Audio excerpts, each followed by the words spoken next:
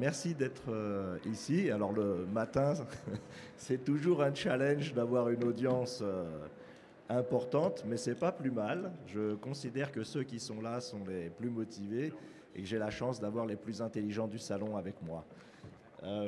À la fois dans l'audience et bien évidemment sur scène. J'ai ma consoeur Lydia qui doit être par ici. Donc en amont, avant de commencer, juste peut-être deux mots pour vous dire que j'ai le plaisir d'avoir cofondé donc le village de l'innovation en 2020 avec Younes Belayashi. Donc c'est la 4e édition cette année. Et c'est un village de l'innovation qui a évolué au fur et à mesure des éditions. La première édition était très centrée. Tu peux venir, Lydia? Non, viens avec moi. Ouais, alors il faut savoir que je suis très gender balance, très voilà, pro-féminin, si elle accepte bien qu'on le fasse. Et donc c'est quelque chose qu'on a construit ensemble et je voulais aussi que Lydia soit avec moi et peut-être dise un mot. Donc on a sur ces 4 éditions, la première était orientée start-up. La deuxième a été un peu un mix puisqu'on a eu des start-up à l'époque qui étaient tout au long. La troisième a été dédiée aux conférences de haut niveau. Et la 4e cette année, on était un petit peu un objet un peu comme ça lunaire à côté du salon Officine Expo. Et on s'est dit qu'il fallait quand même qu'on revienne sur des fondamentaux en étant plus réinclusif sur les pharmaciens et en essayant de les intéresser pour peu qu'ils viennent ce matin nous voir. Et donc l'idée, ça a été de réaliser pour nous un rêve qui était là depuis le début avec Younes, d'avoir un espace 4.0 et qui permet aux pharmaciens de venir, disons, d'avoir la possibilité de se poser des questions. On n'a pas la prétention d'offrir toutes les réponses, mais on a celle de vouloir accompagner les pharmaciens en essayant de les faire réfléchir sur ces technologies, sur l'usage de ces technologies et sur l'intégration de ces technologies dans leur office, dans leur pratique. Bonjour Jean-Pierre, qu'elle soit officinale ou hospitalière comme on va le voir, ou au niveau de la formation comme on pourrait le voir, et même au niveau de la production même de ces technologies comme on va le voir avec notre panel. Voilà. En un mot, je voudrais aussi dire que évidemment cet événement ne pourrait pas se tenir comme il se tient aujourd'hui sans nos partenaires et vous voudrez bien m'accorder cette petite minute de citer nos partenaires qui sont présents avec nous aujourd'hui. Donc la société Sobrus qui a également un stand et sur lequel vous pourrez aller voir au moins un stand au niveau 0 et voir une des solutions qui permet de faire un diagnostic de peau. On a la société la Maroc Healthcare Supplier qui représente entre autres grandes sociétés la société Becton Dickinson qui robotise les pharmacies. Alors au Maroc, elle a robotisé des pharmacies hospitalières et il y a maintenant une question autour de la robotisation ou de l'automatisation de pharmacies marocaines en prenant évidemment les contraintes du Maroc. Et prendre les contraintes du Maroc, parce que je suis vraiment très heureux d'avoir des collègues africains, c'est aussi commencer à prendre les contraintes du continent, d'accord ? Puisqu'on n'a pas les mêmes pharmacies que dans le Nord, mais il n'est pas, question de passer à côté des technologies, de la robotisation et de faciliter le métier. Et puis on a bien sûr des partenaires qui nous ont aidés à concevoir ce stand, la société Melcart qui est basée en Tunisie, la société M212, Officine Expo, Pharmedis avec Lydia qui a modéré avec brio hier la première table ronde qui était dédiée à la santé intégrative. Et voilà, je vous laisse dire un petit mot avant de commencer.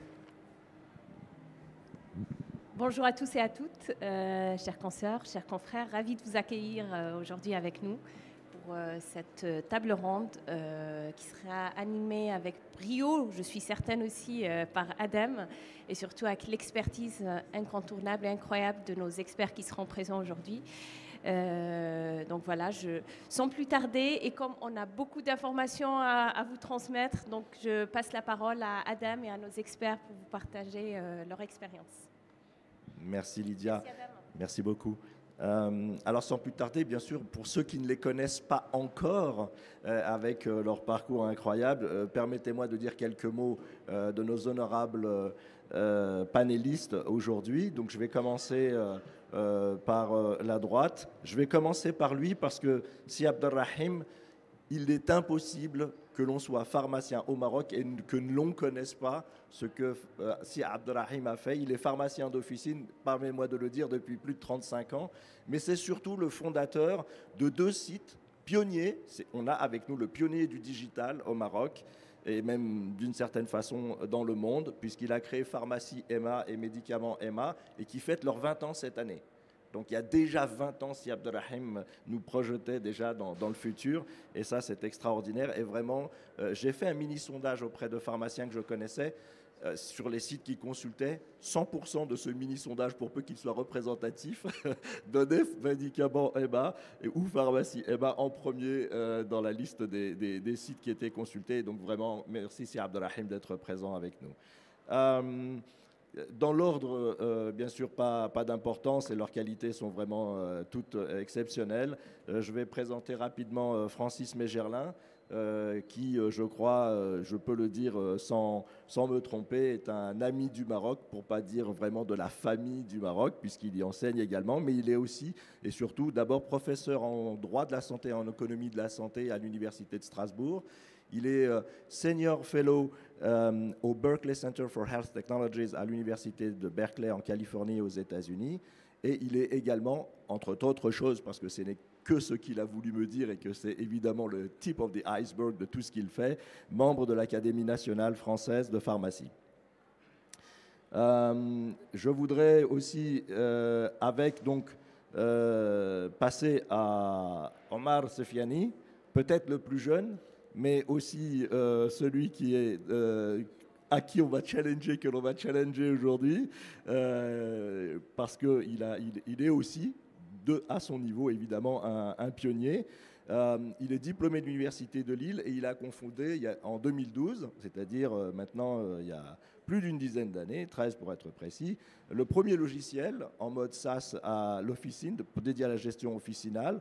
Et puis, il a, avec ses solutions, évolué dans le temps en étoffant ses solutions et en s'adressant aux différentes stakeholders, parties prenantes en français, de la pharmacie. En 2017, il développe une solution qui est dédiée au laboratoire pharmaceutique pour intégrer et commencer à créer la première brique de son écosystème. En 2022, il ajoute une autre brique et donc centrale qui est celle des grossistes. Et on commence là vraiment à voir l'écosystème se mettre en place. Et en 2025, bien évidemment, c'est le sujet de notre matinée, il intègre l'intelligence artificielle dans ses solutions, mais également, il va un peu plus loin puisqu'il a contracté avec cette solution qui s'appelle Skin Analysia, que vous allez voir probablement passer sur l'un des écrans, et que je vous invite à aller tester dans leur stand de Sobrus qui se situe dans l'espace d'exposition. Enfin, et c'est vraiment un honneur pour moi de le recevoir ici, je crois que s'il y a quelqu'un qui peut représenter le 4P, c'est le professeur Si Ahmed Bennana. Il est 4P parce qu'il est praticien. Il est ancien chef de pôle de pharmacie à l'hôpital militaire de la faculté de l'hôpital militaire à Rabat. Il est 2e P. Il est professeur, enseignant-chercheur. Il a été enseignant-chercheur à la faculté de médecine et de pharmacie à Rabat, mais également à l'Université des sciences de la santé de Mohamed VI à Casablanca. Il est alors à la fois enseignant sur la partie scientifique et médicale, mais également sur la partie managériale, puisqu'il a été responsable du cycle de management des officiers à l'École royale des services de santé militaire. Le 3e P, c'est un grand professionnel puisqu'il est président de la Société marocaine de management pharmaceutique, mais ex-président, mais son passage est pérenne. Et il est aujourd'hui directeur général de l'hôpital universitaire international de la Fondation Mohamed VI, qui est un hôpital à but non lucratif. Et enfin, son 4e P est lié à la publication, puisqu'il est auteur de l'ouvrage du manuel du management pharmaceutique. Messieurs, c'est un plaisir de vous recevoir. Un petit mot quand même, puisque je rappelais mon attachement au féminisme. Ce panel n'est pas constitué de femmes, ce n'est pas une volonté, et j'espère faire mieux la semaine prochaine. Pourquoi pas, en tout cas l'année prochaine. Voilà, alors on va rentrer dans le vif du sujet, parce que c'est quand même une profession où on a une belle représentation féminine, très importante et majeure dans la pharmacie, et je voulais quand même que cela soit dit, que nous allons évidemment nous améliorer avec le temps. Entrons maintenant dans le vif du sujet avec quelques questions que nous avons préparées à l'avance. Le talent, c'est du travail caché. Et essayons un peu d'être constructifs et de respecter nos objectifs de temps. Et j'ai demandé à chacun donc, de répondre à quelques questions que je vais leur poser en essayant d'être concis le plus possible, et je serai un des gardiens du temps. Et donc je vais commencer par le Benjamin, mais qui a déjà un parcours extrêmement riche, si Omar Sfiani. Quels sont pour vous, aujourd'hui, les principaux besoins des officines marocaines en matière de digitalisation? Où est-ce qu'on en est dans les besoins? Ensuite, on verra comment on y répond. Vous avez 3 minutes. Très bien, ça marche, sans stress. Déjà, merci pour votre participation et je suis honoré d'être parmi vous aujourd'hui. J'ai envie juste d'avoir un mini regard critique sur la question, c'est la digitalisation et le Maroc. C'est vrai que c'est la thématique aujourd'hui, mais je pense qu'on ne parle plus réellement que de digitalisation, parce que la digitalisation, c'est un outil aujourd'hui qui est tout simplement essentiel et même vital dans toute entreprise, tout type d'entreprise. Et d'ailleurs, j'ai vu juste récemment une entreprise qui a une énorme entreprise en France, pour ne pas citer son nom, qui fait des millions d'euros, qui est en faillite actuellement à cause d'un changement de logiciel qui n'a pas été fait correctement. Donc ça montre l'intérêt et l'importance d'un système d'information. Pourquoi je dis aussi le Maroc? Parce qu'en fait aujourd'hui il y a un besoin qui est pareil un peu partout dans le monde, et que ce soit en Maroc, en Afrique ou en Europe, et on le vit aujourd'hui au sein de Sobrus à travers les différentes présences qu'on a, que ce soit en France ou au Maroc ou ailleurs. Alors la digitalisation, en fait, ça va être très large, donc je vais prendre les 2 minutes qui me restent pour dire ok, comment on peut réellement cerner le sujet. En fait, la pharmacie, c'est une entreprise avant tout, parce que si elle n'est pas viable, elle ne peut pas continuer d'exister et donc servir le patient. Et là, elle va avoir principalement 3 axes sur lesquels elle doit travailler continuellement. Donc elle va s'approvisionner, donc acheter, elle va stocker et gérer, et elle va vendre ou délivrer. Donc sur chacun de ces axes-là, il est très important de travailler en profondeur et d'optimiser les chiffres pour pouvoir assurer la rentabilité de la pharmacie. Alors, un exemple pour le volet achat. Aujourd'hui, la digitalisation, ou au-delà de la digitalisation, l'intelligence artificielle, par exemple, prédictive, va aider à consolider les commandes, à optimiser les commandes pour pouvoir optimiser en fait le nombre de commandes qu'on passe chez le grossiste répartiteur ou chez le laboratoire pharmaceutique. Par exemple, aujourd'hui, au Maroc, c'est 4 à 6 commandes par jour encore auprès du grossiste répartiteur, ce qui met à mal les différents intervenants. Donc il y a de l'optimisation d'achat, donc que ce soit avec de l'intelligence artificielle, que ce soit juste tout simplement avec de la digitalisation correcte, parce qu'il y a encore une fois plusieurs niveaux de profondeur. Un autre exemple au niveau du stockage, c'est de commencer à mettre en avant les produits qui vont être tout simplement suite à l'analyse digitale, parce que le cerveau humain ne peut pas référencer et stocker et optimiser des milliers de références en temps réel, donc chose que la digitalisation peut faire. Donc quel est le produit qui va être proche périmé, qu'est-ce qui devrait être sorti, etc. Donc on va optimiser la gestion au quotidien.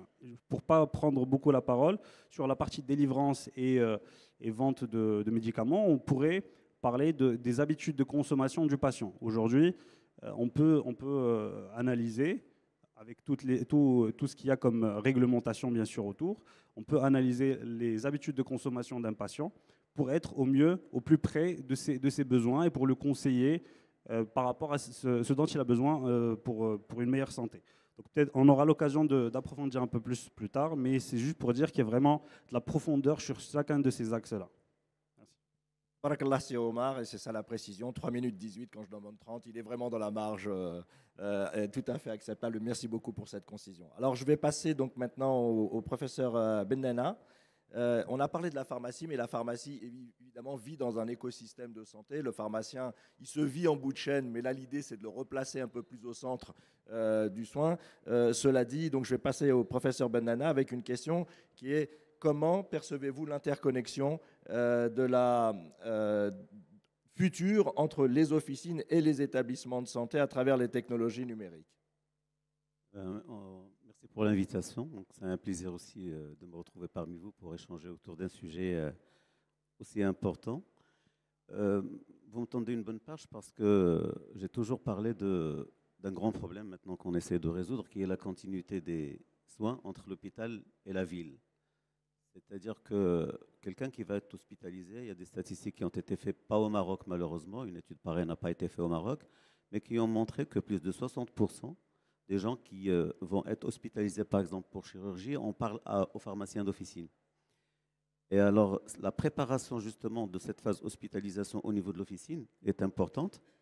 Et la richesse d'informations, ne serait-ce que par rapport à l'historique l'historique des médicamenteux du patient, est une donnée aussi cruciale une fois que le patient arrive à l'hôpital. En post-hospitalisation, le retour en ville nécessite deux grandes choses. D'abord, que le pharmacien soit au courant des données cliniques, les données cliniques du patient, et aussi que le pharmacien puisse assurer le suivi post-opératoire pour ce patient-là. Et donc, la digitalisation et la numérisation dans ce sens s'imposent. Aujourd'hui, on perd énormément, une grande masse d'informations est perdue juste parce qu'il n'y a pas un système intégré pour pouvoir permettre la disponibilité de l'information pour ceux qui, bien sûr, sont tenus, de par leur serment, à la confidentialité des données du patient. Mais ce partage, cette disponibilité d'information est cruciale pour une bonne prise en charge et pour la sécurité du patient. Le pharmacien d'officine aussi peut être un point contact clé pour les hôpitaux. Si on prend par exemple les gens qui ont une mobilité réduite, si on prend les gens qui sont dans des régions reculées, dans des régions rurales notamment, ces gens-là ont besoin justement d'un relais pour leur permettre d'être au contact de l'hôpital, justement à travers les pharmacies d'officine qui assurent déjà une bonne couverture sur le plan géographique, et donc ne pas profiter de cette disponibilité. Vous avez bien fait de me laisser le créneau devant moi, le chrono, une excellente chose, comme ça j'adapte mon discours. Il a fait exprès. Hein. Voilà. Et donc, on va peut-être en parler, j'attendrai que je puisse réagir une fois que les camarades en parlent, mais justement, cet élément-là est important. On va parler aussi soins à domicile, on va parler continuité de soins, suivi et alerte, justement, parce qu'aujourd'hui, nous avons des tags qui peuvent même, une fois placés à l'aisselle du patient, peuvent donner des alertes si la température arrive à augmenter, et ça permet, je sais, d'éviter certaines septicémies, etc. etc. Et on y reviendra, je suis dans les 3 minutes. Merci, c'était vraiment une amicale, mais plus à titre, comment dire, indicatif. Mais vraiment, merci d'avoir respecté le timing, et vous savez l'exactitude, la ponctualité et la politesse des rois, et vous en faites partie. Et je voulais faire en sorte que nous puissions aussi laisser aussi, si c'est possible, à la fin, un peu de temps de débat et le plus possible. Alors, vous avez cité, professeur Benana, un peu, ou en tout cas vous avez touché de façon en filigrane un peu les données personnelles. On y reviendra sur des questions d'ailleurs d'actualité qui seront traitées dans une question par Sia Abdelrahim. Je vais poser la question maintenant au professeur Megerlin, justement donc pour faire un premier pont là-dessus, et puis on dézoomera, ou plutôt on zoomera un peu plus tard. Mais quels sont selon vous les principaux cadres juridiques ou éthiques que les pharmaciens marocains devraient, dans leur transition vers la digitalisation, et notamment en matière de données personnelles, prendre en compte à partir de vos expériences à l'étranger, qu'elles soient en France, aux États-Unis ou autres? Vous avez un micro, je crois, à disposition et un indicateur de temps. Merci, bonjour à tous. Alors c'est une vaste question et je ne répondrai pas spécifiquement pour le Maroc, naturellement. Je crois que tout le monde vient de comprendre que l'on peut distinguer les activités de front office et de back office, en quelque sorte. Ça fait longtemps que l'informatique est finalement présente dans la pharmacie, que ce soit une pharmacie d'officine, une pharmacie hospitalière, dans le champ de ce qu'on appellerait le back-office, qui est donc tout ce qui est la relation avec les fournisseurs, avec le stock, avec des questions de volumétrie, des questions d'achat, des questions de management. Et on a là une diffusion informatique très rapide qui engage finalement peu les données patients, les données personnelles. Il y a toute une dimension, si j'ose dire, de front office, c'est-à-dire l'activité qui est véritablement dirigée au profit du patient. Et au-delà du patient, on en parlera peut-être tout à l'heure, il y a l'approche individuelle, mais il y a également l'approche populationnelle, qui est un très grand champ de développement d'intelligence artificielle future. Et à partir de ce moment-là, on va commencer à réfléchir non pas simplement sur des consommations consolidées à l'échelle de l'individu pour l'activité habituelle du pharmacien, mais on va commencer à réfléchir à une optique clinique.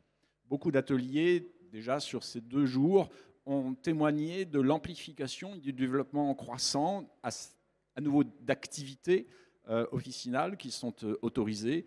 Également le continuum informationnel et la liaison entre la ville et l'hôpital qui conduit à la génération de services également avancés pour des catégories de patients nouvelles qui parfois sortent de l'hôpital et doivent pouvoir être prises en secteur ambulatoire. Il y a tout ce qui va être de l'accompagnement dans les parcours, sans parler de la prévention. Là, on est dans le champ santé individuelle. Et puis, on va rentrer dans ce qu'on appelle également la santé populationnelle, ou le Population Health Management, qui est une approche nouvelle extraordinairement intéressante. Ceci n'est pas envisageable sans des outils de traitement de l'information. Et comme vous le savez tous, intelligence artificielle, intelligence, pour ne pas fantasmer, veut simplement dire traitement de l'information. Et à partir du moment où on va rentrer naturellement dans de l'information personnelle qui commence dès la commande ou la délivrance d'un produit, eh bien, on va rentrer dans un monde différent.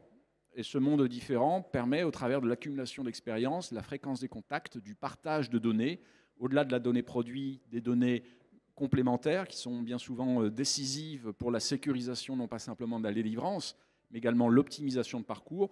On va rentrer dans un monde de la protection de la donnée qui suppose un consentement du patient, une confiance réciproque entre les praticiens qui vont la partager, des serveurs qui puissent la stocker dans des conditions de sécurité également de souveraineté, et des systèmes d'IA qui puissent être fiables, notamment lorsque leur optimisation mathématique des algorithmes dépend d'acteurs qui nous sont parfois lointains et mal connus. Voilà plusieurs enjeux pour, en quelque sorte, camper le décor. Merci beaucoup, et on retrouve là les qualités pédagogiques d'un grand professeur pour avoir vraiment planté le décor de cette première session qui était consacrée donc aux enjeux de la digitalisation. Et de cette première session, donc je termine avec mon ami Si Abdelrahim par une dernière question pour rentrer dans le vif du sujet et parler de choses très concrètes pour les pharmaciens. Puisque, donc, comme je l'ai rappelé, il a créé Pharmacie Emma et Médicaments Emma, mais il n'est pas que cela, et on le verra plus tard. Mais en matière de lacunes que vous avez identifiées dans l'accès à l'information aux médicaments, par exemple, au Maroc, comment votre portail, par exemple, a-t-il contribué à ça, en tant qu'exemple, évidemment, mais et au sens large, qu'est-ce qu'on peut, quels sont les challenges qui sont associés à l'accès à l'information sur le médicament, par exemple? Bonjour tout le monde et merci pour l'invitation. Je suis ravi de me retrouver avec mes amis experts. Alors, au niveau de l'information, le pharmacien et le médecin ne peuvent absolument pas exercer sans avoir une base de données efficiente pour pouvoir se renseigner à propos des médicaments qu'ils vont devoir dispenser à leurs patients. Le problème, c'est qu'au Maroc, on avait des bases de données donc, qui étaient éditées il y a la dernière date de 2010. Donc depuis 2010, on n'a pas eu une base de données physique. Donc sachant qu'on n'a pas non plus une base de données officielle, comme c'est le cas dans beaucoup de pays, donc je me suis dit, je vais me lancer dans une base de données. J'ai démarré à partir d'un tableau Excel vide. Et donc j'ai fait la première base. Le projet a démarré en 2008. Et c'est en 2013 que j'ai lancé le premier site. Donc, ce site a bien sûr évolué en fonction du retour des professionnels de la santé. Après, je l'ai décliné en application. Les choses ne sont pas faciles parce qu'il est très difficile d'avoir une base de données officielle. En France, par exemple, on peut télécharger la base de données en quelques secondes et au format qu'on veut. Malheureusement, au Maroc, on n'a pas encore cette... on ne fonctionne pas comme ça. Et donc ce site-là, il est très riche. Et surtout, moi, le site, j'ai surtout besoin, j'essaie de répondre aux besoins des pharmaciens. C'est-à-dire il veut avoir un équivalent, il veut faire une recherche par DCI. Toutes les recherches possibles, je les ai inclus dans le site. Et donc, je veux aussi insister sur une chose, c'est que les pharmaciens ont à leur disposition d'autres sites, bien évidemment, mais ils ont surtout un LGO qui est très performant.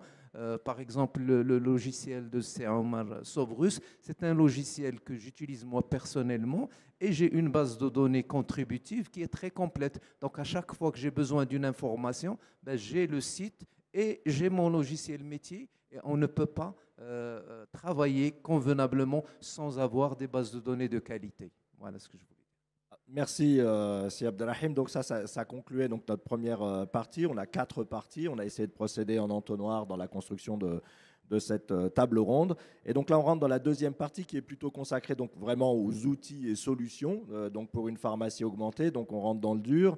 Je vais reprendre donc avec Si Omar puisque Si Abdelrahim nous a fait une belle transition. Donc justement, en 2025, c'est tout récent, vous avez décidé d'intégrer donc des technologies d'intelligence artificielle dans vos logiciels. Est-ce que vous pouvez nous donner un exemple très concret de la façon dont cette intelligence artificielle facilite la gestion quotidienne des officines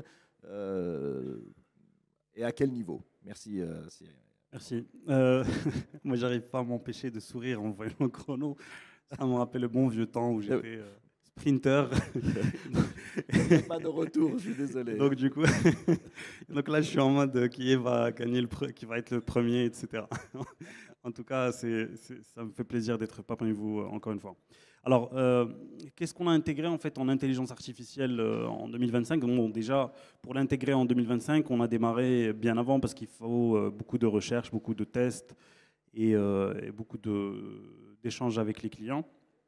En fait, notre ambition est vraiment très grande sur ce sujet-là, mais on a démarré avec ce qu'on pourrait appeler un POC, donc un Proof of Concept, ou un premier modèle qui a pour objectif tout simplement de réduire le nombre de commandes que passe un pharmacien au quotidien, donc un pharmacien ou une pharmacie à travers ses équipes.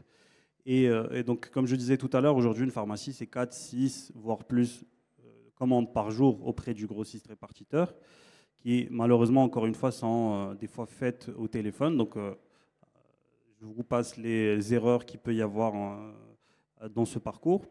Et donc, du coup, 4 à 6 commandes, si on veut rester sur ce chiffre-là, veut dire que le patient n'est pas satisfait du premier coup. D'ailleurs, on a fait une petite étude sur 400 patients et on s'est rendu compte qu'il y a plus d'un patient sur 2 n'a pas toute son ordonnance du premier coup, donc ça veut dire qu'il est obligé de revenir. Et il y a un bon pourcentage, donc de mémoire c'était aux alentours de 30% des patients ne reviennent même pas pour leur ordonnance. C'est-à-dire que quand vous commandez, il ne revient pas forcément l'après-midi, il l'a acheté ailleurs ou autre. Donc c'est une expérience client-patient qui n'est pas forcément géniale. Il y a un autre point, c'est que le pharmacien en face ou son équipe, ils sont derrière un comptoir et donc ils vivent ce stress de devoir dire à chaque fois non, ce produit il est en rupture, non, ce produit il faut revenir le chercher l'après-midi, etc. Et donc, et qui peut aussi avoir un impact sur le chiffre d'affaires de la pharmacie, parce que quand ce patient-là n'a pas son produit, il ne va pas forcément revenir, donc c'est un chiffre d'affaires en moins pour la pharmacie. Donc on revient encore une fois à l'entreprise. Il y a le grossiste aussi qui est obligé d'aller délivrer à chaque fois parce qu'il y a une grosse compétition entre les différents grossistes répartiteurs. Et donc à chaque fois, ils se disent « Ok, toi tu livres combien de fois par jour? 4, moi je vais livrer 5, etc. » Donc pour être compétitif, mais c'est au détriment de la rentabilité de la grossisterie. Et donc tout le monde est perdant sur cette chaîne-là.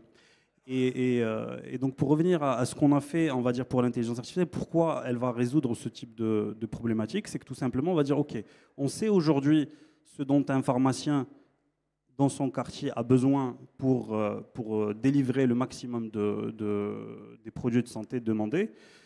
Ce n'est pas la peine de commander 4 à 6 fois par jour. Notre objectif, c'est de commander 1 fois par jour. Et donc, c'est un premier objectif. Notre ambition, c'est vraiment d'aller beaucoup plus et peut-être même arriver à 1 fois par semaine de passer une commande. Mais on va déjà avoir un premier objectif de 1 commande par jour. Donc une commande par jour pour pouvoir réduire tout ce que je disais tout à l'heure, la frustration du patient, la frustration du pharmacien et la rentabilité de la grossisterie. Je reprends les secondes qui restaient de mes collègues et pour dire que donc pour dire que finalement, pourquoi l'intelligence artificielle? Parce que là, c'est très théorique, bon, peut-être un petit peu la pression du temps, mais pour rentrer un petit peu en profondeur, c'est juste un exemple bien précis. Ouais. c'est que l'intelligence artificielle, comme on disait, c'est un effet de mode. On parle de ChatGPT, on parle de Claude, on parle de plusieurs modèles. Et en fait, elle se base sur quoi? Elle se base sur un historique de plusieurs années de la pharmacie, du quartier, du pays. Elle se base sur des tendances. Donc, elle arrive à prédire certaines tendances de consommation. Elle tient compte des pics de commandes, par exemple la garde, les jours fériés ou la veille des jours fériés ou des choses comme ça. Donc il y a certains pics qu'on est capable de prédire ou que l'intelligence artificielle est capable de prédire pour dire ok, n'attendez pas J-1 pour vous dire attention, il faut une grosse commande parce que vous risquez de ne pas trouver votre produit ou devoir avoir beaucoup de stress pour l'obtenir, etc. Donc il y a vraiment de la prédiction sur les tendances, sur l'historique et aussi sur des événements externes. Quand je dis événements externes, je prends un exemple tout simple, c'est qu'il y a une corrélation entre la météo, par exemple, et la consommation des médicaments. Quand il pleut, il y a plus de consommation de médicaments. Alors, ce n'est pas forcément parce que les gens tombent malades, mais c'est peut-être parce que les gens, en plus, l'espoir, surtout peut-être pour le Maroc, l'agriculture va aller mieux, donc je vais aller prendre soin de ma santé. En tout cas, il y a une certaine corrélation, on l'expliquera peut-être plus tard, mais il y a une certaine corrélation entre la pluie et la consommation des médicaments. Il y a vraiment beaucoup de paramètres qui rentrent en jeu et c'est des millions, voire des milliards de données qui sont traitées d'une manière tout à fait anonyme pour pouvoir dire voilà ce qu'il faut avec une probabilité de 95%, voilà ce qu'il faut pour votre pharmacie pour ne pas vous retrouver en surstock ni en sous-stock. Et bien sûr, dans toute la fluidité possible. Merci beaucoup. Je ne sais pas si j'ai bien fait de ranger le téléphone et le temps, mais bon, en tout cas, bien joué. Et je crois que voilà, il vient de rentrer et de mettre en application ce que c'est que la productivité. Je vais passer la parole à professeur Megerlin. Donc là, en fait, on a vraiment parlé on est derrière le comptoir à l'officine, derrière son ordinateur, mais ça aussi, c'est aussi le fruit de principes systémiques de santé, de politique, et qui peuvent aussi offrir un cadre pour concevoir ces outils numériques. Évidemment, comme quand Omar conçoit ces outils, il les fait dans un cadre réglementaire. Et je voulais donc poser la question suivante, c'est comment les principes de la systémique en santé peuvent-ils aider à concevoir ces outils numériques qui facilitent à la fois la coordination des soins et la conformité réglementaire dans les officines? Vous avez 2 minutes. 2 minutes. Bon, tout le monde sait que la digitalisation est l'expression d'informations sous forme de chiffres. Tout a commencé avec la comptabilité analytique, très facile. On a donc les logiciels de gestion à l'officine. Ensuite, on est monté en puissance vers les logiciels d'aide à la dispensation. Quand on commence à accumuler, mémoriser, partager de l'information, on va vers du dossier pharmaceutique du patient. Et petit à petit, on peut remonter vers un dossier de suivi pharmacothérapeutique. Donc on va de la comptabilité analytique vers en fait la clinique, qui suppose la capacité à exprimer de manière digitale des informations qui ne sont pas nativement digitales. Donc ça, c'est un premier point qui est évidemment extrêmement important, qui met en question les codes, les nomenclatures, les vocabulaires et les thésaurus qui peuvent et qui doivent pouvoir être partagés dans une chaîne de soins interdisciplinaire. Nous n'avons pas toujours le même vocabulaire, le même langage, ce qui a des conséquences très fortes en intelligence artificielle.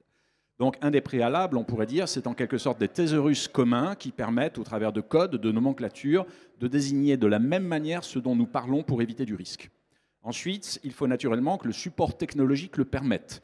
Ça veut dire naturellement le déploiement d'outils qui parfois préexistent, mais qui doivent être également combinés pour réunir des informations souvent structurées préexistantes, mais également aspirer des informations non structurées, et les deux vont se potentialiser. Il y a les informations qui s'ignorent, mais lorsque vous les réunissez, elles prennent une signification très puissante. Réunir l'information du pharmacien, l'infirmier, travailleurs sociaux, éventuellement environnement scolaire, plus gouvernance publique, évidemment des médecins, des hôpitaux, tout cela prend une signification très puissante. La puissance de la signification est très liée à des catégories du droit. C'est-à-dire qu'on ne peut pas réunir des informations sans la permission légale de le faire. Et comment commence la permission légale? Bien souvent, c'est la création et l'institution des bases de données produits, mais également bases de données patients. Ensuite, c'est l'interconnexion en quelque sorte des deux, et l'interconnexion des professionnels. Et pour ça, il faut qu'il y ait une bonne raison en droit. Et la bonne raison en droit, nous le voyons depuis 2 jours, extrêmement intéressante, c'est le développement d'activités qui sont partagées à l'intersection des compétences des professionnels pour un but de continuum de soins, de médecine en quelque sorte, d'accompagnement de parcours, également de prévention. Donc à côté du préalable technique, il faut également un préalable légal. Le préalable légal ne s'entend pas simplement de la protection des données individuelles ou personnelles, mais d'une bonne raison de les générer et de les partager. Et ça, c'est un point fondamental. Avant cette permission de partager, la question de la génération des données est intéressante. Vous voyez se multiplier depuis quelque temps des technologies nouvelles, très ergonomiques, très peu coûteuses, de plus en plus disponibles, qui sont par exemple de la biométrie connectée, de la biologie connectée, de l'actimétrie, voire même de l'imagerie sur des appareils tout simples comme cela, qui, générant de la donnée, peuvent également documenter des parcours, à titre documentaire, bien sûr, visant à de l'orientation dans l'écosystème. Donc la prise de conscience, c'est un écosystème dans lequel il est nécessaire d'avoir un droit qui institue des bases de données, détermine la possibilité de la partage, la responsabilité de la génération des données, de l'inscription des données, et naturellement la responsabilité de leur usage, que ce soit à titre professionnel ou interprofessionnel. Voilà quelques éléments de droit, c'est-à-dire une pensée de l'environnement du patient, véritablement comme un écosystème dont la fonctionnalité permettra un optimum sur le plan individuel, le patient lui-même quand il rentre dans l'officine, mais un optimum également populationnel. Et c'est un point sur lequel peut-être on reviendra, c'est une dimension majeure pour le futur. Et je ne sais pas pour vous, mais moi j'ai envie de devenir un étudiant du professeur Gerlin. Je bois ses paroles et c'est vraiment merci beaucoup pour nous avoir fait un résumé de probablement de nombreux cours, vraiment de façon aussi pertinente et inspirante. Alors, on est passé de l'officine au cadre réglementaire. Et je voudrais rester toujours un peu haut niveau d'une certaine façon et être dans un établissement qui n'est pas juste une officine en plus grand, si on parle au niveau des produits de dispensation, mais de l'hôpital. Et l'hôpital, donc évidemment, avec les moyens qu'il a pu avancer peut-être un peu plus rapidement que la profession officinale dans la digitalisation, nécessité faisant loi. Donc je voulais poser cette question au professeur Benana. Quels sont les enseignements tirés de la digitalisation dans les hôpitaux? Et votre hôpital est vraiment ce qu'on appelle un flagship hospital au Maroc, et qui pourrait être appliqué aux officines, bien évidemment, toute proportion gardée, toutes choses étant égales par ailleurs, pour renforcer la coordination des soins. Qu'est-ce que l'hôpital peut apprendre à l'officine? Alors, je ne peux pas résister à la tentation parce que je suis enseignant, j'étais enseignant, je suis encore, mais de gestion pharmaceutique et je devrais réagir sur un certain nombre de choses qui ont été dites. Juste pour compléter, donc ce n'est pas corriger, mais compléter, je reviendrai à 2 choses qu'a dit c'est Omar. Et avant d'aller plus loin, juste comme on parle d'intelligence artificielle, ils ont tous utilisé des artifices de l'intelligence pour avoir du temps pour parler. Donc voilà, ils ont bien fait. Alors, donc, juste pour revenir justement à la digitalisation et à la connexion avec ce qui est intelligence artificielle et prendre ce cas justement quand on parle des techniques de réapprovisionnement, cette problématique justement du nombre de commandes, la fréquence des commandes au niveau des grossisteries qui pose peut-être problème à l'officine et à la grossisterie. Il faut juste aujourd'hui dire qu'il y a ce qu'on appelle la quantité économique à commander.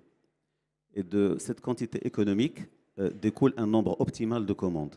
J'avais fait l'expérience à l'hôpital Cheikh Khalifa en 2017, quand j'avais pris le pôle pharmacie de l'hôpital Cheikh Khalifa, et je me suis amusé à calculer le manque à gagner si l'on changeait le nombre de fois que l'on commande, sachant qu'il y a une formule pour calculer justement le coût de gestion des stocks en fonction des nombres de commandes, juste pour simplifier parce qu'on n'a pas le temps, sinon je vais épuiser toutes les minutes qui me restent pour parler de ça.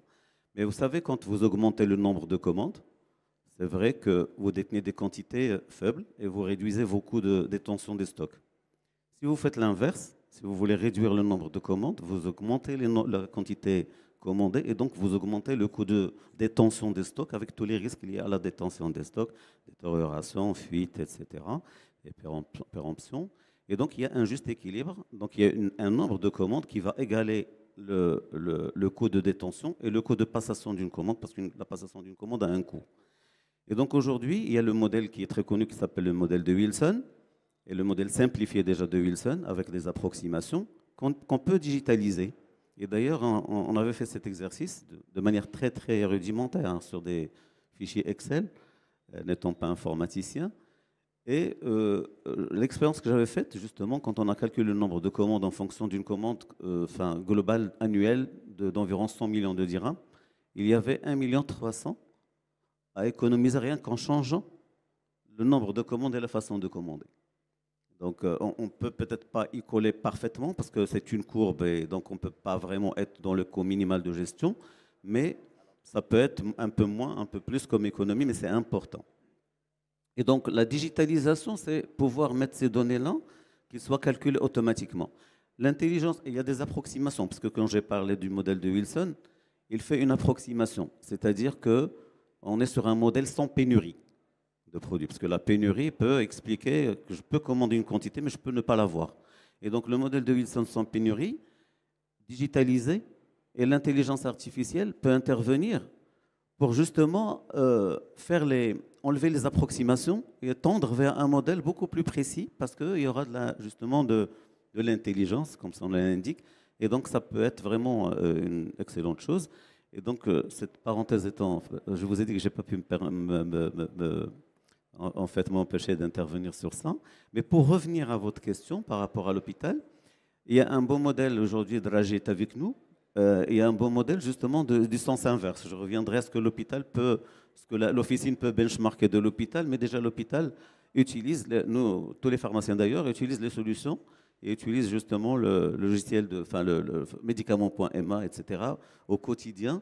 Ça veut dire qu'aujourd'hui, nous avons un outil qui vient d'un officinal et qui est bien utilisé au niveau hospitalier. Alors, au niveau de l'hôpital, aujourd'hui, nous sommes sur la refonte du système de santé national et la digitalisation est un des 4 piliers, justement, de cette refonte.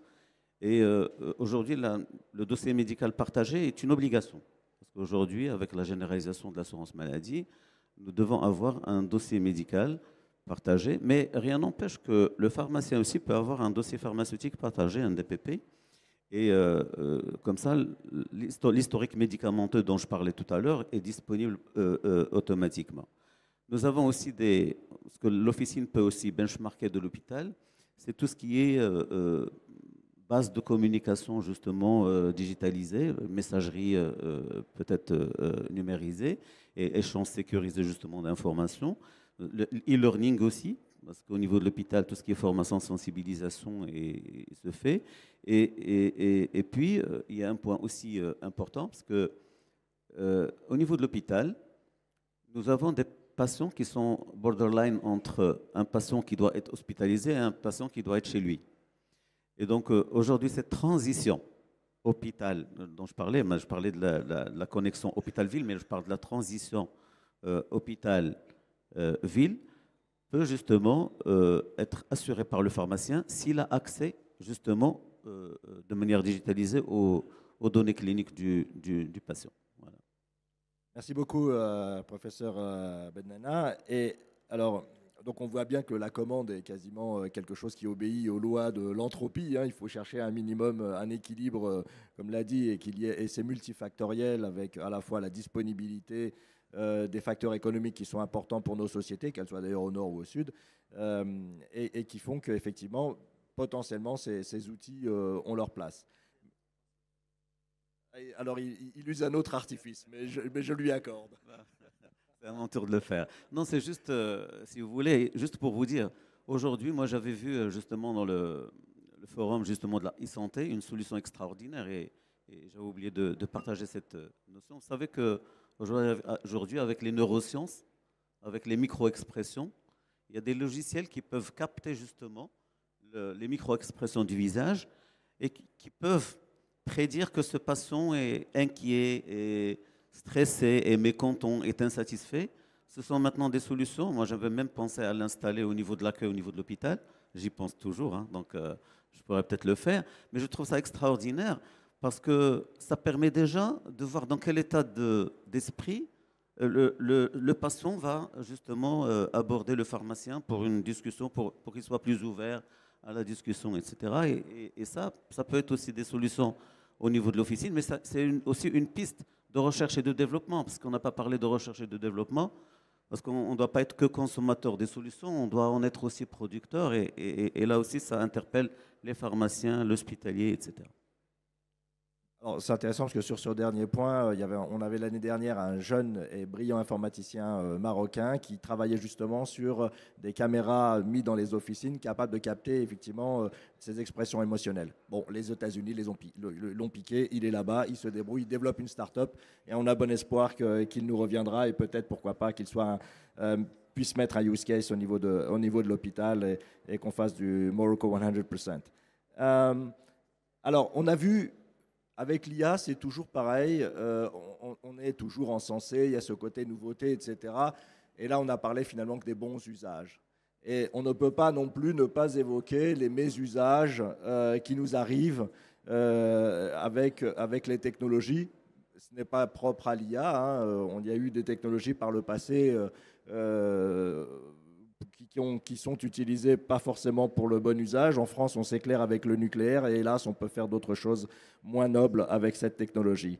Alors, pour revenir à l'IA et plutôt dans le domaine médical, je reviens au docteur Abdelrahim Draji.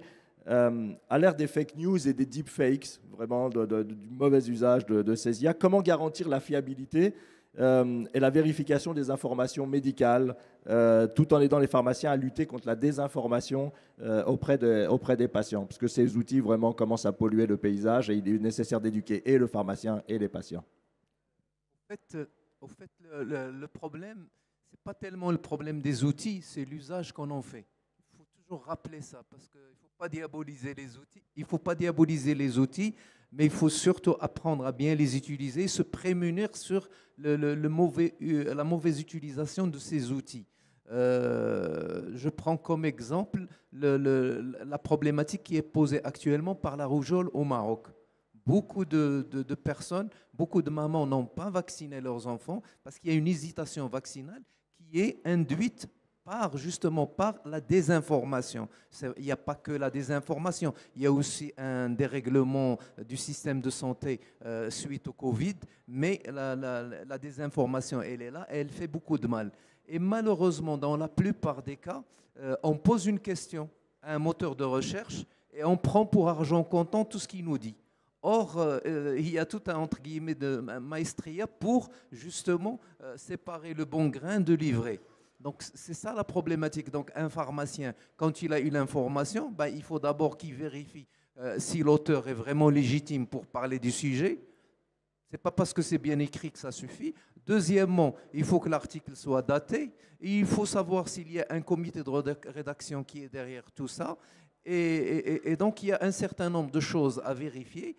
Et surtout, un élément clé, les professeurs ne me contrediront pas, c'est la source. Quand vous avez un article sans source, c'est un article qui ne vaut rien. Et même quand on utilise l'IA, aujourd'hui, quand on pose une question à l'IA, il y a aussi, il peut y avoir des erreurs. Il y a souvent des erreurs d'ailleurs. Puis l'IA aussi peut vous donner ses sources et c'est là où vous faites le grand intérêt, c'est récupérer les sources de l'IA et savoir si vraiment l'article tient le coup ou pas. Donc un pharmacien doit apprendre à s'informer. Il faut qu'il y ait également une sensibilisation à large échelle pour la population. Et le pharmacien, il est toujours là comme courroie de transmission pour transmettre une information. Quand les gens, par exemple, ne savent plus quoi faire, est-ce qu'ils se font, par exemple, un patient qui pose la question, est-ce que je me vaccine contre le zona ou pas? Le pharmacien doit absolument avoir l'information pour rassurer son patient ou tout simplement lui parler des limites de ce vaccin-là. Merci, c'est Abdelrahim. Donc là, on vient de voir qu'effectivement, comment dire, intégrer ce genre d'outils dans sa pratique, c'est aussi accepter de se former au long cours. Et donc, on est sur des questions finalement de formation professionnelle continue, mais peut-être même de l'intégrer au niveau de la formation initiale. Donc, cette question concluait notre deuxième temps et on rentre dans le troisième temps. Si vous le voulez bien, j'abrégerai le quatrième qui était destiné à la conclusion pour laisser un peu plus de temps aux questions s'il y en a, et je crois qu'il y en a. Alors, on va essayer d'être concis sur le troisième temps, qui sont les stratégies à adopter pour valoriser les innovations digitales. Alors, je reprends toujours un certain ordre. Je vais reprendre par Siomar, en usant d'un peu moins d'artifice cette fois-ci. Pour acheter du temps, il a été épuisé. Donc je voulais vous demander, y a-t-il des obstacles techniques ou réglementaires qui freinent l'adoption des solutions digitales au Maroc et comment les équipes travaillent-elles pour faire de ces obstacles finalement une force et les surmonter? Les obstacles dans ce domaine-là ne vont pas être négligeables parce qu'on parle de santé d'humain. Donc si on était peut-être dans un autre domaine, ça serait beaucoup plus simple d'innover, d'aller très très vite. Là, aujourd'hui, on parle de la santé d'un humain. Donc, il faut vraiment tenir compte de plusieurs contraintes. Pas forcément techniques, parce que la technologie évolue très rapidement et il faut juste trouver les bons talents pour pouvoir accompagner ces innovations. Mais surtout, un volet de réglementation, de respect de la réglementation, parce qu'on parle d'anonymisation de la donnée. Il faut parler de respect de la vie privée de chaque patient, respecter la confidentialité des données de la pharmacie, parce que ça, on peut parler d'un historique de vente, de commandes, etc. Donc on peut avoir peur justement de traiter ce genre de données. Donc il y a un aspect réglementaire qu'il faut vraiment s'assurer de respecter. Et le souci, c'est que derrière, quand on parle de réglementation, on parle d'instances qui vont réguler tout ça ou faire de la réglementation. Donc il faut que ces instances-là, par exemple la CNDP au Maroc, suivent et soient réactives, j'ai envie de dire. Et ils font de leur mieux, mais en tout cas, ce n'est pas évident quand on est bousculé par de la technologie. Donc il y a cet aspect réglementaire qui n'est pas un frein, mais qui est un ingrédient essentiel pour pouvoir y arriver et qui ralentit bien sûr cette innovation-là. Ce type d'innovation. Alors le deuxième volet, qui n'est pas négligeable non plus, c'est la sensibilisation des utilisateurs et des clients, et ou qu'on pourrait appeler autrement la conduite au changement. Donc aujourd'hui, quand on va voir un professionnel pour lui dire tu vas passer moins de commandes mais tu vas être plus rentable, il pourrait avoir peur de surstocker et de ne pas sauter le pas, et donc du coup il te dit non, je préfère garder ma méthode classique d'utilisation ma proposition de commande, si on veut rester sur l'exemple que je citais tout à l'heure. Donc, il y a une sensibilisation, à part, comme je disais, la partie réglementaire, une sensibilisation des personnes qui vont utiliser, une conduite au changement. Donc, il faut tester, il faut prendre des échantillons des panels de pharmacie, par exemple, et montrer par A plus B que ça fonctionne avec des chiffres, et pas être juste dans du marketing et du maquillage, mais plus dans de la profondeur statistique des pharmacies. Et aller dans cette sensibilisation-là et aller encore de plus en plus avec des exemples concrets qui ont fonctionné ailleurs. Mais les plus gros challenges, moi je pense qu'ils sont au-delà de la technicité, ils vont être plus autour de la réglementation et de la sensibilisation. Après la technologie, petite parenthèse sur la technologie, on parle beaucoup de stocker les données au Maroc, etc. Mais encore faut-il que les infrastructures soient performantes, qu'elles soient compétitive en termes de prix, parce que si vous payez 10 fois plus pour avoir vos données stockées, je pense que même les clients eux-mêmes ne voudraient pas stocker leurs données au Maroc. Donc c'est un des challenges qu'on peut rencontrer, mais je pense que c'est des challenges qui vont s'atténuer avec le temps, parce qu'il y aura plus de... Voilà, merci. Merci, Siomar. Alors, je reviens juste sur un des points que vous avez cité. Il est majeur et central parce qu'il fait aussi l'objet d'une actualité. Et cette question, je vais la poser à Sir Abdelrahim, qui concerne justement le traitement des données à caractère personnel. Donc, les pharmaciens, évidemment, traitent dans leur quotidien des données à caractère personnel. Il y a maintenant une nouvelle loi qui a été promulguée et qui enjoint les pharmaciens à la respecter, à l'appliquer. Donc, est-ce que vous pouvez nous dire davantage, de façon très brève, d'abord expliquer un peu ce qu'est cette loi et comment ils doivent procéder pour l'appliquer? Au fait, il s'agit de la loi de protection des données à caractère personnel, donc qui a été adoptée en 2009. Ce n'est pas une loi toute neuve, donc elle est de 2009, sauf que les pharmaciens doivent se conformer à cette loi avant le 15 février. Enfin, quand je dis se conformer à la loi, au moins qu'ils fassent la première déclaration. J'ai fait une petite réunion avec mon ami Sia Omar pour voir un peu plus clair dans toute cette histoire et avec le président du Conseil de l'Ordre. Et finalement, j'ai été le premier à faire la déclaration. Et, et donc, j'ai eu une petite réunion avec la Commission nationale de protection des données à caractère personnel. Et il ne faut pas s'égarer. Tout est fait justement, c'est pour préserver les données des patients. Et ils sont conscients de la difficulté de travailler avec autant de professionnels de la santé. C'est pour ça qu'ils font les choses progressivement. Donc, ils ont prévu un genre de fast track, une méthode simple. Donc, il y a un espace dédié aux professionnels de la santé. Il suffit juste de faire une authentification numérique. Elle est essentielle. Puis, c'est un simple PDF à remplir et à envoyer à la CNDP. Donc, ça, c'est la première phase. Et donc, par la suite, donc, les personnes qui ont fait ces premières déclarations seront contactées par la CNDP pour faire une deuxième phase qui est encore une autre. Ils doivent juste remplir un deuxième PDF. Donc, et le processus, donc les pharmaciens recevront par la suite un numéro comme quoi ils se sont conformés à la loi. Et voilà, donc il y a beaucoup de pharmaciens déjà par rapport aux professionnels de la santé. Ce sont les pharmaciens qui ont fait le plus de déclarations. Et on est tout content parce qu'il y a beaucoup de confrères qui ont pris des initiatives pour informer leurs confrères, justement pour leur faciliter la tâche.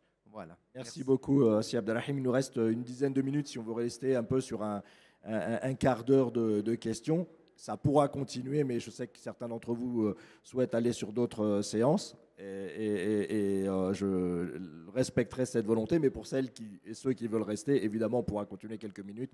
Je parle sous le contrôle et la bienveillance de mes amis, mais s'ils ont également des engagements de leur côté, ce sera plus simple. Donc, je vais rapidement, donc, une question au professeur Mégerlin. Donc, sur quelle stratégie recommanderiez-vous pour que les pharmaciens puissent adopter donc, des solutions numériques tout en respectant les réglementations?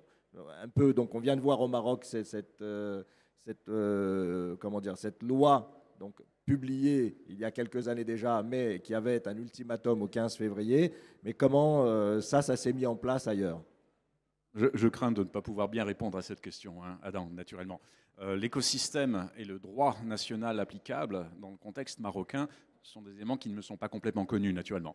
Si je peux faire une liaison avec la question antérieure et avec ce qui peut se passer ailleurs. On a dit que la digitalisation, c'est transformer l'information en chiffres. Ensuite, un autre phénomène, c'est l'informatisation. Une fois que je dispose de chiffres, je vais pouvoir les rentrer dans un traitement informatique qui peut être de la comptabilité analytique, LGO, ou bien des outils qui sont plus avancés d'aide à la décision, de la dispensation, de la prescription. Le jour où je commence à partager de l'information, je mets en contact la donnée entre plusieurs professionnels. Et là, si on veut rigoureusement entendre par l'IA le dépassement de la simple informatisation en silo, nous allons vers de la massification de la donnée, avec de la potentialisation d'informations dont la réunion inédite donne des outils de compréhension, de description, d'explication, voire de prédiction d'une puissance totalement inédite. On peut dire qu'il y a donc 3 temps du droit qui s'enchaînent. Le premier temps du droit sur la digitalisation, on en a déjà parlé tout à l'heure, c'est la labellisation des bases de données, c'est la certification que l'information produit ou que les codes ou les nomenclatures utilisées dans le système informatique sont valides. Partout, dans tout système, un préalable national est la disponibilité de standards ou de nomenclatures ou de codes, idéalement interopérables, bien sûr, à l'échelle nationale, mais également à l'échelle internationale. Vous voyez, classe ATC, les classes SINDIS, etc. Ce sont des points qui sont fondamentaux. Ensuite, dans l'informatisation, se pose la question du statut des outils informatiques. Selon le droit national, vous avez ce qui relève d'une informatique que je qualifierais de droit commun, bien qu'elle soit sensible naturellement. Tout ce qui a trait à la comptabilité analytique, à la logistique, etc., c'est de l'information produit, mais c'est de l'information qu'on a vue critique, néanmoins, avec des conséquences cliniques potentielles. Par contre, lorsque l'on va rentrer dans des outils d'aide à la décision qui ont trait à des formulations d'orientation diagnostique, d'aide à la thérapeutique, de suivi, on va rentrer dans le monde de ce qu'on va appeler les technologies médicales ou les dispositifs médicaux. Et donc, ça n'est plus un droit commun applicable à l'informatique de logistique, de droit commun ou de B2B. On rentre dans de la certification des dispositifs médicaux qui suppose que le droit identifie et consente à l'usage, à la diffusion, à la commercialisation des systèmes. La troisième étape, je disais, donc de massification de la donnée, avec cette transversalisation des informations et de la potentialisation des données qui vont être réunies alors qu'elles ne l'étaient pas, engage un droit qui est encore différent, qui est évidemment le droit de partage de données avec le consentement, qui est également un droit qui intéresse la souveraineté, dans la mesure où on massifie la donnée, au-delà de la précision acquise sur la capacité de description et de prédiction relative à un individu, on l'acquiert à un niveau populationnel. Et donc c'est un élément fondamental qui est un élément de souveraineté. Donc on a en quelque sorte trois strates du droit, un droit commun bien établi dans tout le monde du B2B et de l'entreprise, un monde de la medtech, de la certification des dispositifs médicaux qui soulève des questions particulières en matière d'intelligence artificielle, selon la criticité des risques des outils d'aide à la décision. Un logiciel d'aide à la dispensation, à la prescription, ça n'est pas le même statut que des outils qui permettent l'ajustement continu et même anticipé d'administration de médicaments à un patient hospitalisé avec des outils domotiques autour de lui. Alors, est-ce que c'est de la science-fiction? Pas du tout, parce que vous le savez, ce sont des outils qui obéissent aux lois de l'informatique, faster, smaller and cheaper, qui se diffusent très vite, et qui sont des outils qui nous permettront peut-être de réaliser l'ambition de la couverture universelle des soins, grâce à l'informatique, la numérisation et ces systèmes interconnectés. Mais là, on rentre dans une dimension qui suppose une stratégie nationale et dans certains cas régionale, puisque la question de la transfrontiéralité, en quelque sorte, à la fois des maladies, des flux, des populations, puis d'autres aspects, est au moins à l'échelle européenne et certainement en Afrique de l'Ouest un sujet important. J'ai déjà trop parlé, mais j'adorerais qu'on puisse approfondir. C'est très bien, mais c'est vrai qu'on ne peut pas là très rapidement, mais si on prend juste le cas de la France, mais il l'a couvert, il y a plusieurs instances, plusieurs strates qui viennent s'appuyer sur ces droits en santé. Mais on peut distinguer juste rapidement, il y a une couche nationale, voilà, une couche européenne. Européenne, c'est le statut de la donnée personnelle qui doit faire l'objet d'une protection homogène à l'échelle de 27 États membres, ce qui est déjà fantastique. Ensuite, on a la certification des technologies médicales, un règlement 745 qui vise à se doter de garanties communes pour 27 États en ce qui concerne la sécurité et la fiabilité de technologies médicales, notamment dans le champ informatique. À cela, nous ajoutons tout récemment un règlement sur l'intelligence artificielle qui vise, selon la criticité du risque, à se donner des garanties réciproques sur la mise en œuvre d'outils d'une puissance inégalée. Si je reviens à la strate nationale, tout ce qui est l'organisation des soins, la qualification des professionnels, l'évaluation des pratiques, l'interconnexion au profit des patients, c'est bien une question de droit national. Si je prends néanmoins l'interconnexion au profit des patients, eh bien nous avons pris en compte les pratiques transfrontières qui supposent l'interopérabilité système et le partage de données en cas de soins transfrontières. Et on a commencé à développer également ce qu'on appelle un espace européen des données de santé qui ne vise pas qu'à des utilisations primaires, c'est-à-dire la génération des soins et leur remboursement, y compris transfrontières, mais également à des utilisations secondaires qui peuvent être tout ce qui est la statistique de santé publique pour la gouvernance des systèmes du niveau régional, national et au-delà, la gestion des crises majeures, mais qui va également aller vers la formation, la recherche scientifique et jusqu'à l'apprentissage de l'intelligence artificielle. Donc on a bien ces couches-là et tout ce qui est de la couche européenne s'intègre dans notre droit national. Donc à cet égard, ça n'est plus du droit français, c'est un droit qui est commun à l'ensemble des États membres de l'Union. Je crois que alors bon, on est beaucoup challengé en Europe. Moi-même, je le vis au quotidien. Je travaille côté français, j'habite côté français, je travaille côté luxembourgeois. Et donc, je suis dans les deux systèmes de santé, à la fois le système de santé français, qui en plus d'ailleurs est un système particulier parce que je suis en Moselle, que Francis connaît bien puisqu'on a le même régime, il est en Alsace. Et le système luxembourgeois. Alors, dernière question, et puis ensuite on enchaînera sur les quelques questions du public. Donc, elle va au professeur Benana pour conclure ce temps de communication. Donc, quelle est votre vision stratégique avec les différentes fonctions que vous avez eues pour intégrer les pharmacies dans l'écosystème de santé connecté au bénéfice des patients? Vous avez touché ça tout à l'heure un peu rapidement, mais je voulais que juste en quelques mots, aller un peu plus dans le détail sur l'intégration de la pharmacie en utilisant ou pas ces outils. Eh bien, je répondrai à votre question, mais juste un complément par rapport justement à la protection des données à caractère personnel. Et j'aimerais partager une petite expérience terrain avec vous. Nous, on s'était mis dans un processus de conformité par rapport à la loi 0809, j'espère que je ne me trompe pas, 0908. Et nous avons les certifications, nous avons les autorisations justement pour collecter et traiter un certain nombre d'informations, mais de manière explicite. Et j'avais mis en place, quand je dis j'avais mis, mais c'est des équipes qui ont travaillé sur ça, un système pour réguler les visiteurs au sein de l'hôpital. Parce que vous savez, avant, on a des horaires de visite, vous avez l'heure de visite qui arrive, vous avez la ruée de certaines personnes qu'on ne connaît pas vers les services pour aller visiter des patients. On ne sait pas qui a vu qui, qu'est-ce qu'il a fait, quelle intention est là, etc. Et c'était dangereux. Et tout de suite, on avait dit non, on va réguler tout ça. Et on a commencé justement à identifier, enregistrer et même établir le lien de parenté des gens qui vont visiter justement ces patients. Tout récemment, quelqu'un a intenté un procès, mais il a essayé d'intenter un procès contre l'hôpital. Un visiteur à qui on a demandé la carte nationale, parce qu'il faut bien qu'il présente une identité, en disant « Je voudrais savoir qu'est-ce que vous avez fait de mes informations qui sont sur eux ». C'est vraiment une première. Nous-mêmes, au début, c'était quand même quelque chose de nouveau. On n'a jamais vécu ça. Et en collaboration avec CNDP, etc., on a pu ressortir toutes les autorisations en disant, voilà, nous avons le droit de collecter telle et telle information et c'est pour un objectif de sécurité, etc. Ça veut dire que même la prise de conscience par rapport à ça est importante et donc la conformité par rapport justement à ces référentiels est fondamentale parce que ça peut protéger justement par rapport à des risques médico-légaux ou autres. Donc c'était juste cette parenthèse que je voulais un peu apporter.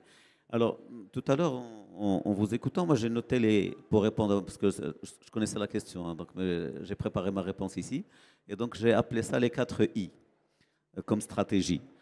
La première, c'est d'abord l'inclusion et l'implication. Donc il faut inclure les pharmacies d'officine dans un dispositif de santé global, comprenant les hôpitaux et autres structures de soins, et même le secteur de la biologie, etc. Parce qu'aujourd'hui, le pharmacien au sein de son officine peut, quand il dispense certains médicaments,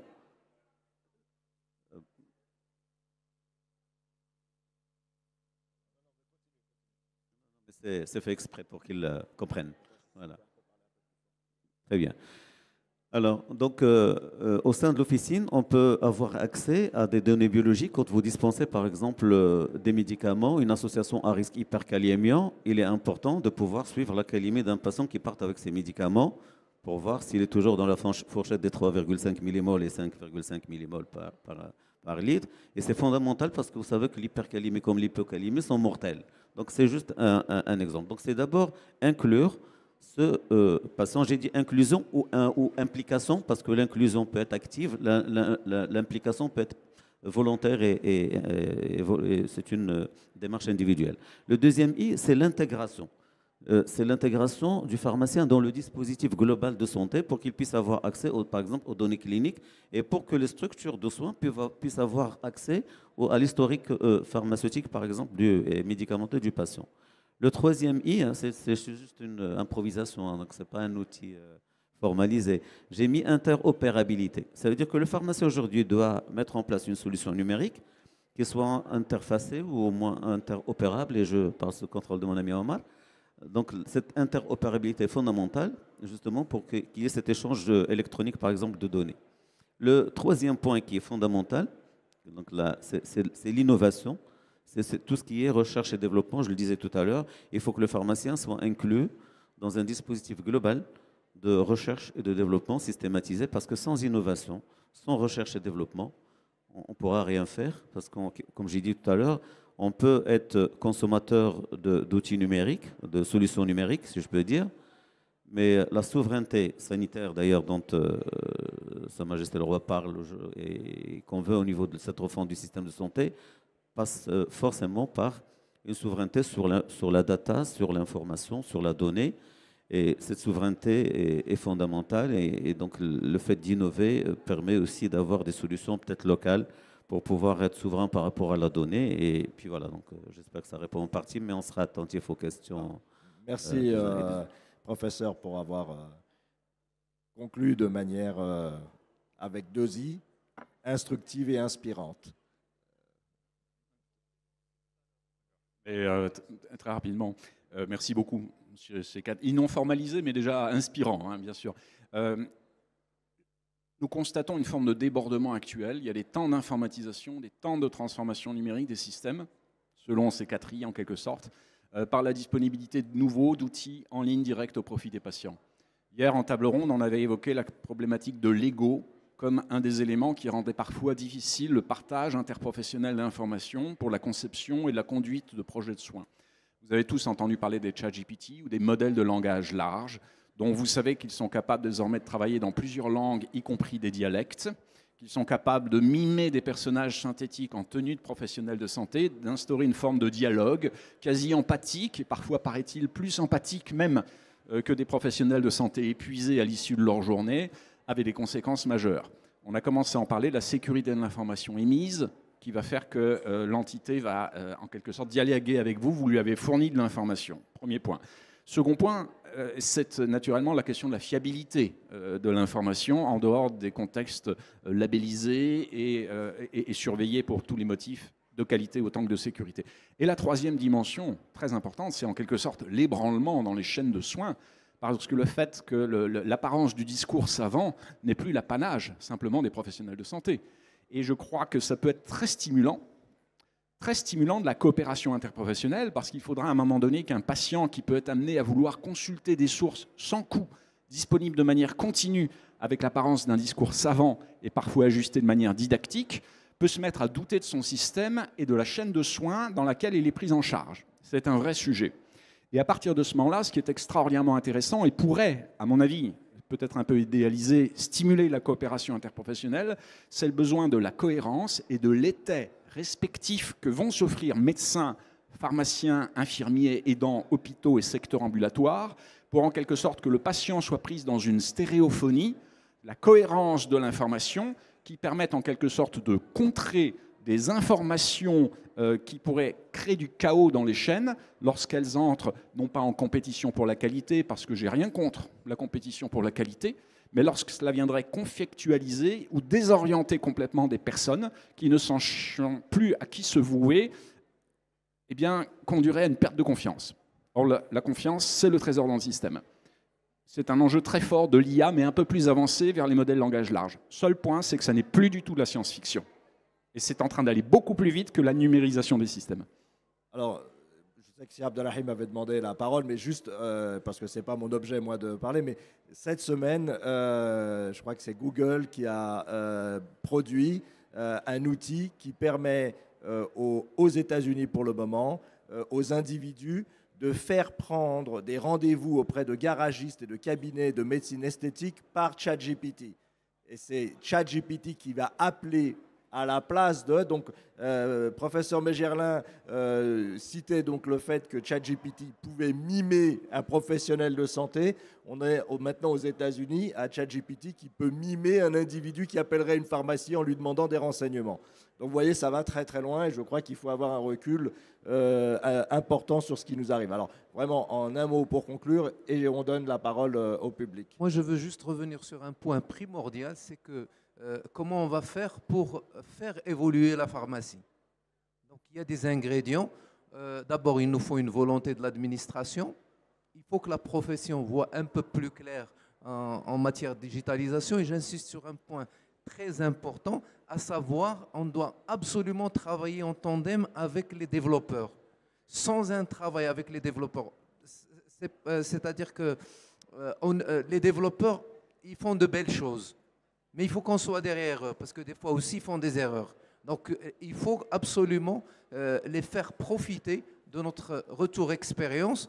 Et je sais qu'ils peuvent faire des miracles. Quand on voit les outils qu'on a actuellement, sincèrement, moi, je suis bluffé à longueur de journée. Je ne quitte plus mon ordinateur tellement il y a de bonnes choses. Le tout est de savoir les utiliser et surtout les exploiter pour mieux prendre en charge nos patients. Bon, bah, écoutez, merci beaucoup pour ces interventions qui, j'espère, ont pu au moins soulever des questions donc, dans notre audience, dans leur tête. Certains vont les formaliser sous forme de questions. Je crois que Dr Chekouri Idrissi, que j'ai le plaisir de connaître par ailleurs, avait également une question. Donc, on va lancer les questions sans plus attendre, parce qu'il y a des gens, encore une fois, qui ont d'autres tables rondes. Et je vous demanderai, docteur Chekouri Idrissi, d'être concis dans votre question, si vous le voulez bien, et de désigner la personne ou les personnes à laquelle elle s'adresse. Merci. Merci beaucoup, merci pour votre intervention. Donc, j'ai plusieurs points que j'ai pu reprendre. Par exemple, au niveau de l'hôpital, vous commandez sûrement par DCI. Or, en pharmacie, malheureusement, on n'a pas encore ce droit. Donc, c'est pour ça que la gestion des commandes est de plus, même avec les logiciels, comme par exemple moi-même, j'utilise Distrifa, par exemple, comme logiciel IA pour anticiper les commandes et faire le moins de commandes par jour. Mais il y a beaucoup d'erreurs justement parce qu'on n'a pas le droit à la substitution. Donc, je crois que si on avait ce droit, les choses seront beaucoup plus simples.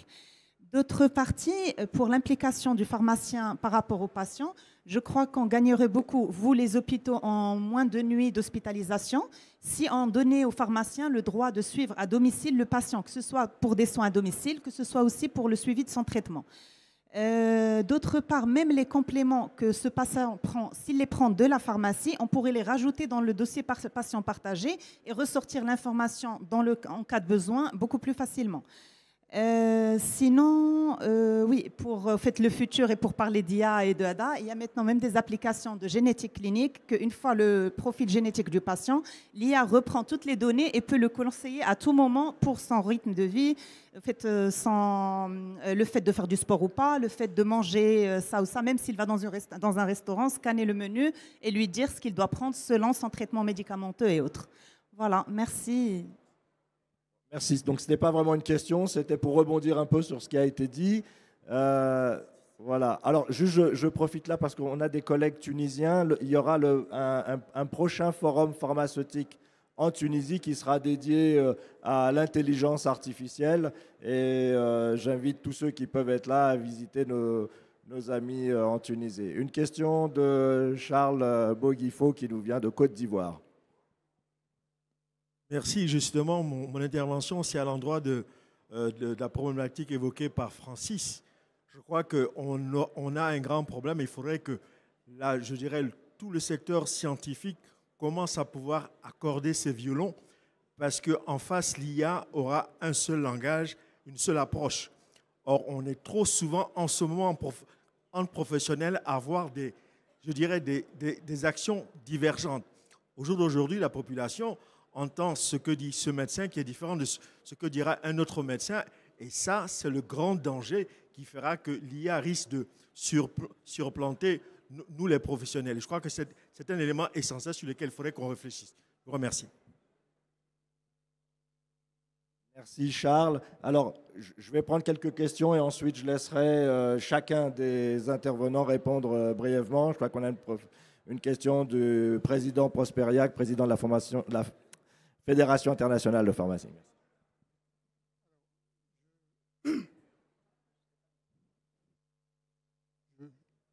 On entend? Ok. Alors, moi, le problème,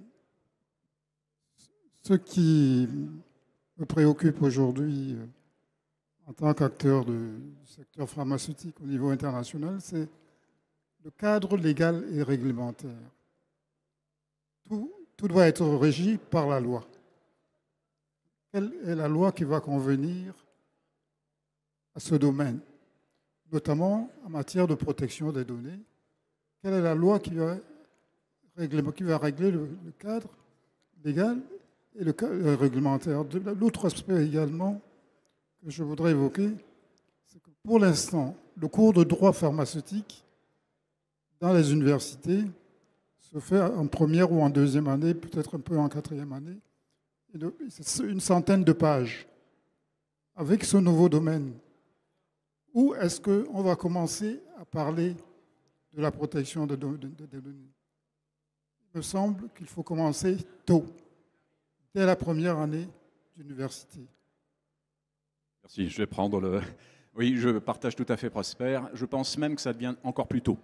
La protection des données personnelles, qui recouvre les données santé comme catégorie spécialement sensible, c'est une question à laquelle il faut que les jeunes soient familiarisés beaucoup plus tôt, presque dans l'enfance, presque au collège. Parce que les gens ne se rendent pas compte des conséquences de la dispersion d'informations à caractère personnel, d'apparence anodine, dont la réunion, l'assemblage permet en fait de déterminer, de prédire des préférences comportementales dans des environnements déterminés, dans des situations à risque ou non à risque. Donc c'est une question d'hygiène fondamentale de la citoyenneté que de se familiariser à la protection de la donnée personnelle de soi et de la donnée personnelle des autres. Quand on rentre en plus dans le monde de la donnée de santé, il est nécessaire effectivement qu'à l'université, on commence à véritablement se familiariser à cela, ce que signifie la confidentialité dans une pharmacie d'officine, mais également le besoin de la confiance réciproque entre les praticiens. Il est parfois frappant qu'un pharmacien ne puisse pas accéder autrement que par inférence à une intention thérapeutique. Il doit lire une ordonnance, constater des indications thérapeutiques, supposer une maladie pour générer un questionnement visant à la sécurisation de la délivrance ou l'optimisation d'une trajectoire. Cette question du partage de la donnée de santé, au-delà de la protection de la donnée personnelle, devrait non simplement faire l'objet, et je partage complètement, de cours tôt dans les facultés, mais j'ajouterais de cours communs, parce qu'un des préalables à la coopération interprofessionnelle dans la conception et conduite d'un projet de soins, c'est bien le partage confiant de la donnée utile.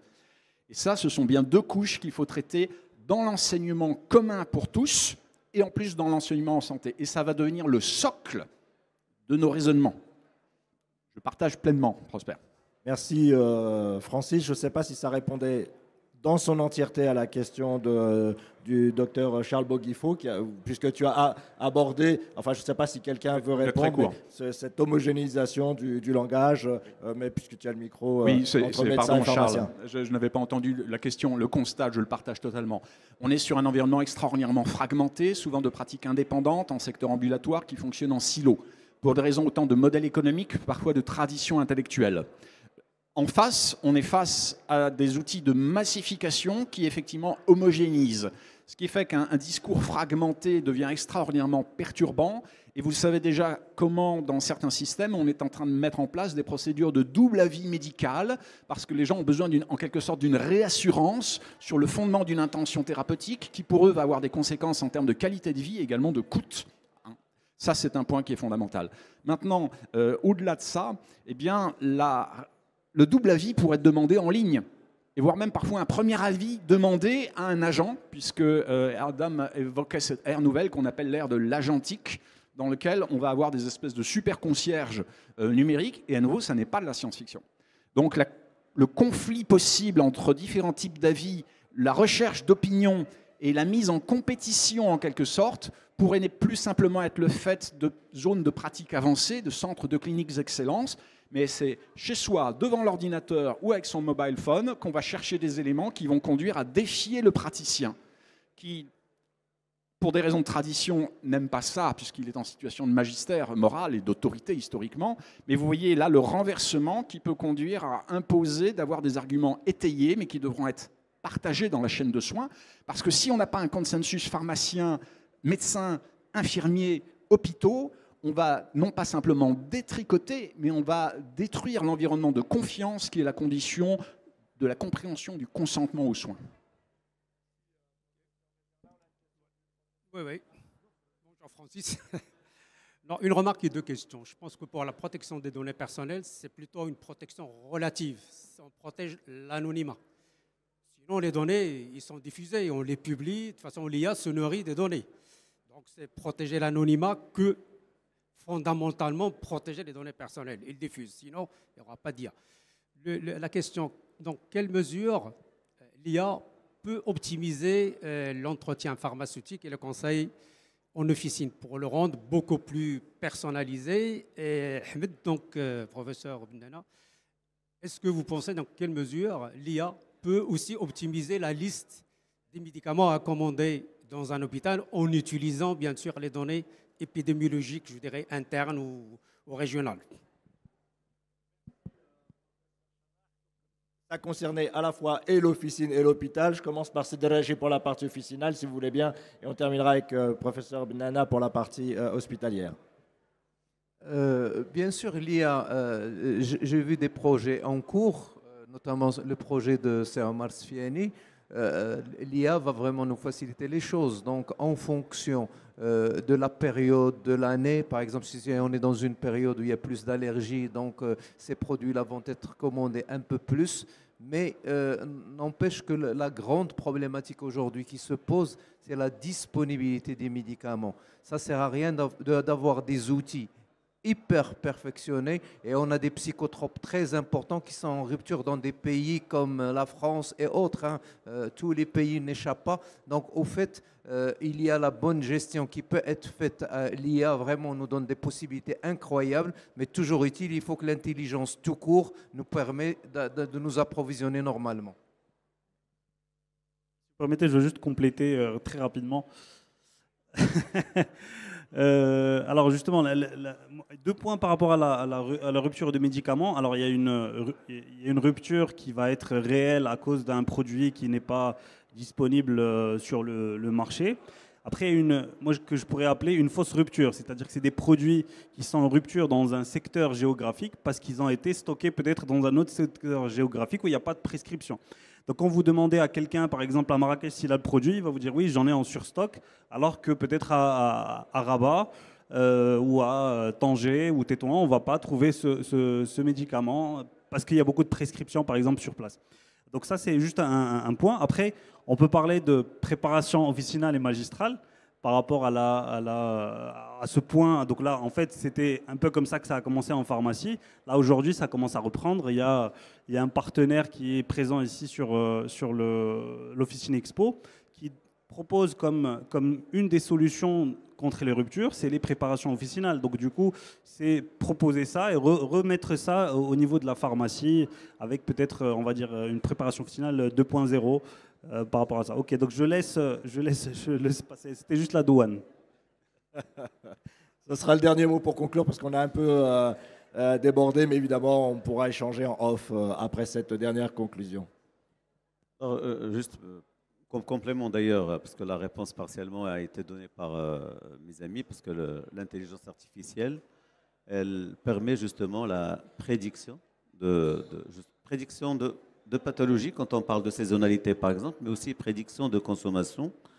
Elle peut intégrer certains paramètres. Moi, je pensais comme ça intuitivement au calcul de délai de livraison par spécialité, le délai entre la commande et la réception du produit.